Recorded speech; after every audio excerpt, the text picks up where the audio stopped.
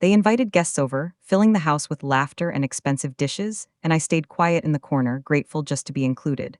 When my body began to ache, I excused myself to sit down for a while. That was when the mop landed in my hands. A dirty, dripping mop pushed toward me like an order. Jokes were made, faces watched, and the words that followed cut deeper than any illness ever could. I didn't argue. I didn't cry. I simply nodded, finished the evening, and waited for the house to sleep. By morning, I was gone, and in my empty room, I left behind a single sealed box that would change the tone of their laughter forever. My name is Althea, I am 62 years old, and I moved into my daughter's home believing I was joining a loving household, not replacing a paid helper. They said it would be temporary, just until things settle. I brought my small suitcase, my medication box, and the hope that being close to family would make aging feel less lonely. I cooked, folded laundry, watched the children, and filled the quiet spaces with steadiness. I never charged a penny. I told myself I was lucky to be needed. I ignored the aches crawling up my back, the dizzy spells, the exhaustion. Love, I thought, means showing up. I didn't realize yet that to them, showing up meant never sitting down. Days slipped into weeks, and her presence simply became part of the house's machinery. Breakfast magically appeared. Clothes returned ironed. Groceries never ran out. She did it all without complaint, believing that kindness was its own reward. They joked that she had endless energy, even when her hands trembled pouring tea. Guests praised the home, never the woman holding it together. When she tried to rest, someone would call her name from across the hall. There was always one more chore, one more favor. She didn't want to burden anyone with her struggles, so she swallowed her fatigue and smiled. Gratitude slowly faded from the air, replaced by expectation. Her body began whispering warnings. Mornings hurt. Nights stretched long with restless pain. Sometimes the room swayed slightly when she stood, but she steadied herself against counters and carried on. She mentioned the headaches once lightly, hoping someone might notice the concern beneath the joke. Instead, she was told she just needed fresh air. So she stopped mentioning it. Illness is easy to dismiss when it isn't yours to carry. She took her pills in silence, tucked blister packs deep into her purse, and told herself she was strong enough to push through. But strength without care becomes slow destruction, and no one seemed to see that she was fading behind her quiet smiles. Respect rarely disappears in one moment, it erodes. Instructions began sounding like orders. Please vanish from sentences. Her efforts were rarely acknowledged, but any mistake was noticed instantly. She'd finish a day's work only to hear complaints about the one chore undone. Sometimes conversation drifted around her as if she were another piece of furniture. She stayed polite, convincing herself she was imagining the shift. After all, they were family, surely they didn't mean it. But there's a unique loneliness that comes from being invisible in a house you help keep standing. She carried that loneliness quietly, like another unpaid task. One evening they hosted 8 guests, colleagues, friends, people who barely knew her story. She prepared the table, arranged food, and kept the children occupied so everyone else could enjoy themselves. By the time dinner began, her body pulsed with exhaustion, but she smiled through it. Laughter filled the room, glasses clinked, and conversation floated around her like she didn't exist. When she finally sat down for a moment, her legs trembling beneath her skirt, a few eyes glanced her way, not with concern but disapproval. Rest, it seemed, was not included in her unspoken duties. That was when the dirty mop appeared, shoved toward her hands with a half smile, half command. Jokes were made about free meals and pretending to be sick. Even her own daughter joined in, dismissing her pain as laziness. The room went quiet for a split second, then nervous laughter covered the cruelty like a thin blanket. Shame washed over her, hot and humiliating. She wanted to explain, to defend herself, but the words tangled in her throat. So she took the mop, not because she agreed, but because she didn't know how to survive the moment any other way. That night, while the house slept, she sat on the edge of her bed and finally let the tears come. She realized no one would ever believe how much she hurt, because they had never bothered to look. So she folded her clothes quietly, packed the few things she owned, and placed one sealed box gently on the dresser where they would be sure to find it. No confrontations, no speeches, just silence, the same silence they had given her. By dawn, she was gone, leaving behind only the truth carefully waiting inside that box. She packed slowly, folding each item with the same care she had once given this household. There were no suitcases stacked at the door, no dramatic tears, no accusations whispered into the night. Just quiet sorting, clothes, medication, the few sentimental trinkets she still owned. She didn't want anyone to wake and turn her pain into an argument. Her goal wasn't to win. It was simply to leave with dignity. Every zipper closed felt like a stitch sealing an open wound. She paused often, steadying herself against the dresser when dizziness swept through her. This wasn't running away. This was survival, quiet, deliberate, and long overdue. As she moved around the small room, memories surfaced uninvited. Nights spent soothing fevers. weekends spent cooking for family gatherings. Money slipped quietly across tables when bills ran too high. She remembered the first time she felt proud to help, and the first time help felt expected. Somewhere along the way, her kindness had stopped being a gift and become an unpaid obligation. The memories didn't make her bitter, they made her sad. She had given everything she could, believing love would soften the burden. Instead, it had made her invisible. Tonight, she finally accepted that staying would only teach them to value her less. She sat at the small desk with a blank piece of paper and a heavy heart. She didn't want to attack or accuse, she simply wanted to be understood, even if understanding arrived too late. Her note was short, written in a careful hand. She explained that illness doesn't disappear because others refuse to see it. That respect matters more than shelter. That kindness without gratitude slowly destroys the giver. She thanked them for the memories that were real, then gently said goodbye. No guilt. No drama, just truth laid down softly, like a blanket folded for the final time. The box wasn't meant as revenge. It was meant as revelation. Inside, she placed years of medical reports they had never bothered to ask about, diagnoses, prescriptions, test results highlighting pain she had endured in silence. Beneath them, she added receipts for groceries, utilities, school supplies, proof of the ways she had carried the household when they weren't looking. Finally, she placed a single photograph of the family smiling, a reminder of what love should have meant. She sealed the lid with shaking hands.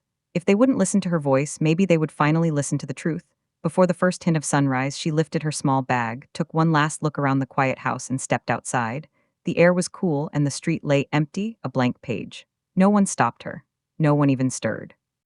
There was something painfully symbolic about that. She had lived here for months, yet her absence created no sound as she slipped away. She didn't know where she would go next, only that anywhere would be kinder than a place where her pain was mocked. With each step, the weight on her chest loosened just enough to breathe. Morning arrived like any other until it didn't. Doors opened. Footsteps echoed. Rooms were checked. Confusion replaced routine. Her bed was made neatly but empty. Her wardrobe stood half bare. Questions began circling, sharp and uneasy. Someone finally noticed the sealed box resting quietly on the dresser. Suddenly, the house didn't feel comfortable anymore. It felt exposed. Whispers replaced laughter. Worry crept in where indifference once lived. For the first time, they wondered whether she'd been hurting more than she ever let on. And for the first time, there was no one to call from the other room for help. When the box was opened and the first papers were unfolded, silence hit the room like a storm. Words like chronic, treatment, and severe pain management stared back at them in unforgiving ink. Receipts spilled across the table, evidence of sacrifices they had mistaken for duty. Shame crawled into the quiet spaces between them. The son-in-law's confident mask cracked first. The daughter's hands trembled as reality finally forced its way in. She hadn't vanished in anger, she had escaped from humiliation. Panic rose not because she was gone, but because for the first time they understood why. The box didn't look dramatic, just an ordinary container sitting quietly where her presence used to be. But the silence around it felt heavy, like the air before a storm. No one wanted to be the first to touch it. It sat between them and the truth, patient and unblinking. Eventually, curiosity pushed past denial. They carried it to the table, placing it carefully as if it might break. The house, once filled with noise and confidence, now sounded hollow. Whatever was inside that box had been left on purpose, and deep down, they knew it wasn't a gift, it was an answer. Their minds spun faster than their hands moved. What could she possibly have left behind? Something valuable? Something angry? Something final? Each guess revealed guilt they hadn't admitted yet. The son-in-law tried to joke, but his voice cracked halfway through. The daughter hovered, torn between dread and hope. Hope that maybe this wasn't as serious as it suddenly felt. They had never truly wondered what she carried inside her heart until she was gone. Now the unknown pressed against them, forcing them to face the possibility that they had missed something important, maybe everything. The lid lifted slowly, as if the truth itself resisted being exposed. Paper rustled softly, the sound painfully gentle compared to the reality it carried. They leaned in together, united not by care but by consequence. No angry note, no dramatic warning, just organized stacks of documents and envelopes, lined with the same care she used on everything she touched. It felt like she was still there, not to accuse, but to finally be seen. For a moment, no one spoke. Even the children stayed quiet, sensing the shift in the house. Respect arrived too late, but it arrived. The first envelope revealed medical terms none of them had bothered to learn. Appointment summaries, test results, prescriptions, words circling silent suffering, degenerative, chronic, long-term management. All proof that while they dismissed her pain as exaggeration, doctors had been documenting a battle she fought alone. She had been ill steadily, undeniably, yet still cooking, cleaning, caring. The son-in-law swallowed hard, the scene from last night echoing cruelly in his memory. The mop, the jokes, the eyes that had avoided hers. Suddenly, none of it felt funny. It felt cruel, unbearably cruel. Beneath the reports were neat piles of receipts. Groceries, medications, household expenses she had quietly covered when money ran thin, repairs she paid for without mentioning. Little acts of support layered one over another until they formed a paper mountain of sacrifice. Each slip of paper whispered a story they had never taken time to hear, stories of love expressed through action, not words. They had mistaken that love for duty. They had mistaken duty for obligation. And now the truth stared back at them with the same unwavering patience she had shown every day she lived there. At the bottom of the box lay sealed letters, one for the house and one for each of them. Her handwriting was steady, kind, and heartbreakingly gentle.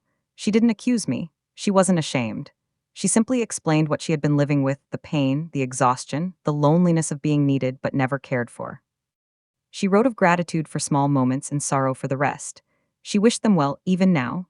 Her grace cut deeper than anger ever could, because she still loved them, even when love hadn't been returned. By the time the last page was read, the confident energy that once filled the house had vanished. No one could pretend anymore. The truth had stripped away pride, leaving only shock and a heavy ache of regret. The son-in-law's earlier bravado dissolved into silence. The daughter's shoulders shook as reality finally landed. The woman they had mocked had been protecting, supporting, and suffering all at once. And now she was gone, not out of spite but self-preservation.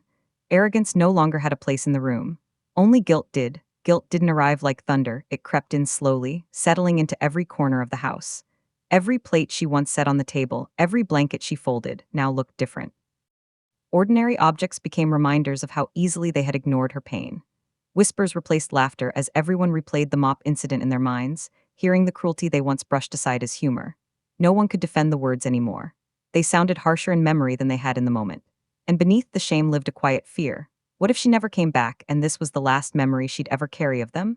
The son-in-law, once loud and certain, found his confidence shrinking by the hour. He replayed the moment he placed the mop in her hands, remembering the tremor in her smile, the way she didn't meet his eyes. It haunted him now, the realization that he had spoken to a sick woman like she was a servant. The guests had laughed politely that night, but now even he couldn't hide behind the joke. Pride melted into discomfort. Discomfort into regret. Regret into a heavy silence he couldn't escape. For the first time, he questioned not just his actions, but the kind of man he had allowed himself to become. The daughter's reckoning was quieter but deeper. She sat with the letters longer than anyone else, tracing every word with shaking fingers. Memories of childhood flooded back: the woman who had stayed up through storms, stitched torn dresses, stretched small meals into feasts. And yet she had stood beside her husband and minimized that same woman's illness. The realization cracked something open inside her. She wasn't just guilty, she was ashamed. She had chosen convenience over compassion, appearances over truth. The kind of daughter she thought she was no longer matched the reality on the page. At first, conversations spiraled into blame: who said what, who should have stopped it, who misunderstood. But arguments can't breathe long in a room filled with evidence. Gradually, voices softened. Accusations turned inward. They began to speak less about the night itself and more about the habits that led there: the taking for granted, the laziness with gratitude, the comfort of assuming she would always stay. Painful honesty replaced defense. It wasn't easy. It wasn't pretty. But for the first time, they were discussing truth instead of protecting ego, and that shift changed everything. Dozens of messages followed: apologies, pleas, promises typed through tears. Calls went unanswered. Voicemails collected like confessions in a locked room. They weren't sure where she had gone, only that she was finally somewhere beyond their reach. Panic returned, but it felt different now. This wasn't fear of inconvenience, it was fear of loss, real loss, the kind caused not by distance but by disrespect. They realized that apologies given too late are just echoes. They reach the air, but not always the heart meant to hear them. Her silence became the loudest voice in the house. With no one to cook, clean, or soften the edges of daily life, the weight of responsibility finally shifted back where it belonged. They cooked, they scrubbed, they juggled schedules, and with each task they felt a fraction of what she had carried while sick. No arguments could erase that truth now. Silence didn't punish them, it educated them. And slowly, painfully, they began to accept that the only way forward was not through excuses, but through change. The house itself began to transform. Words like please and thank you, once rare, returned. Voices lowered, tempers cooled faster. Compassion stopped being optional. Even the son-in-law paused before speaking, measuring tone against conscience. They didn't know if she would ever forgive them. They didn't know if she should. But they finally understood the cost of their cruelty and the value of the woman they had lost. Truth had entered their home through a simple box, and it refused to leave. Before we continue, please take a moment to like this video and subscribe. The next part is where everything truly shifts. Her new life didn't begin with fireworks. It began with a rented room, a small kettle, and peace. She learned to take slow walks without worrying who needed what next. She cooked simple meals, rested when her body asked, and let silence exist without guilt. Independence didn't mean she stopped loving her family. It meant she finally learned to love herself too. She volunteered at a local community center where kindness wasn't demanded, it was shared. People spoke to her gently, asked about her day, and noticed when she didn't feel well. For the first time in years, she wasn't useful, she was valued. And that changed everything. Back at the house, regret didn't fade, it deepened. Messages changed tone from pleading to reflective. They stopped asking her to return and started asking how she was. There were no grand gestures, no dramatic ultimatums, just quiet attempts to repair what they had broken. The daughter reread the letters almost daily, searching between the lines for hope. The son-in-law struggled with shame but didn't run from it anymore. They began to realize that apologies aren't sentences, they're actions that repeat. So they worked, they softened, they learned. Whether she forgave them or not, they promised themselves they would never treat another soul the way they had treated her. Respect began to grow, not from obligation, but awareness. They spoke differently now, even to each other. Words softened. Requests became offers. The household felt lighter, though a space at the table still felt painfully empty. When they talked about her, they didn't complain or make excuses. They remembered the good and acknowledged the harm. Respect was no longer a performance for guests, it was a daily practice. They realized that real respect isn't loud and it isn't convenient. It listens. I noticed, it cares. And though she wasn't there to see it, her absence had become the lesson they desperately needed. Eventually, they asked if they could meet, not to persuade her to return, but simply to apologize. When the moment finally came, there were no speeches prepared, no rehearsed lines, just raw honesty. They didn't say but, they didn't say if. They simply said, "We were wrong." Tears came, but not the manipulative kind, the kind that comes from facing who you were and wishing you had known better sooner. She listened quietly. She didn't rush to forgive. She didn't punish me either. She just let the truth sit between them, finally spoken aloud instead of hidden under jokes and expectations. If their relationship was to continue, it needed new walls, not to keep love out, but to keep respect in. She gently explained what she could and could not do. No more unpaid servitude. No more dismissing her health. If she visited, she would be a guest, not a worker. And if her boundaries were crossed, she would leave again. This time, they didn't argue. They agreed. Because now they understand that boundaries aren't walls of anger. They are doors that only open when kindness knocks. And she had finally learned she deserved to use the lock. Love did return, but it didn't look the same. It was quieter, steadier, less demanding. They spent time together in small ways, tea in the afternoon, short visits, gentle conversations. There was no rushing, no pressure to go back to how things were, because how things were had broken her. Now, love existed beside independence, not instead of it. The daughter began to protect her mother instead of depending on her. The son-in-law chose humility over pride. And slowly, the past loosened its grip, not erased, but softened by effort and sincerity. Her life settled into balance, not perfect, but peaceful. She had a home where she was safe, a family learning to love her better, and a future where her voice finally mattered. She still helped sometimes, because helping was part of her heart, but never again at the cost of her dignity. They didn't pretend the past hadn't happened.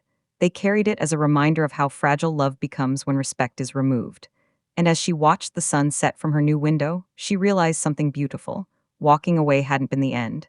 It had been the beginning of a life where kindness included herself.